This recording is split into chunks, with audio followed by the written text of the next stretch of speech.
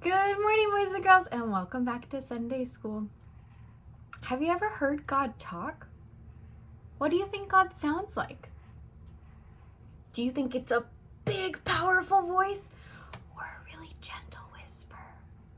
Today we're going to learn about a boy who actually heard God talk. His name is Samuel. Let's read about him. Our first story this week is called Hannah's Prayer. Hannah loved God. She wanted to have a baby, but she wasn't able to have any children. Hannah and her husband went to the tabernacle. She prayed to God, "If you will give me a baby boy, I will see that he serves you all his life."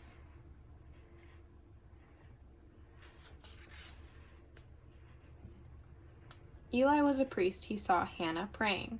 She explained, "I am crying out to the Lord because I want him to answer my prayer." Eli gently told her, "Go in peace and may God give you what you ask for." Sure enough, Hannah and her husband had a baby boy. They thanked God for their new son. They named him Samuel. Our second story is called A Voice in the Night. When Samuel was a little boy, Hannah brought him to the tabernacle. She had promised God that Samuel would serve him all his life. The priest Eli would now take care of Samuel. He would teach Samuel about God. One night, Samuel was sleeping. He heard a voice say, "Samuel." He ran to Eli and said, "I am here." But Eli said, "I did not call you." Then Samuel went back to bed. Samuel heard a voice call his name 2 more times. Each time Samuel ran to Eli.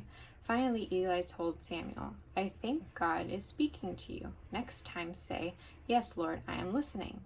Then Samuel went back to bed. "Samuel, Samuel," the voice said again. This time Samuel answered, "Yes, Lord, I am listening." From that moment on, Samuel gave messages to God's people. He was a special prophet of God. That's the end of our story. What did Hannah ask God for? A baby boy. What promise did Hannah make to God if he gave her a son? She promised that he would serve God his whole life. Did God answer Hannah's prayer? Yeah, he did. What did Hannah name her son? Samuel. When Samuel was a boy, he went to live in the tabernacle so he could learn about God. Who took care of Samuel and taught him about God? Eli, the priest.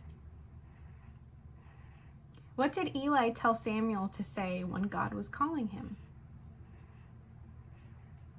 "Yes, Lord, I am listening." Not many people get to hear the actual voice of God, but God speaks to us all the time. How do you think God speaks to us?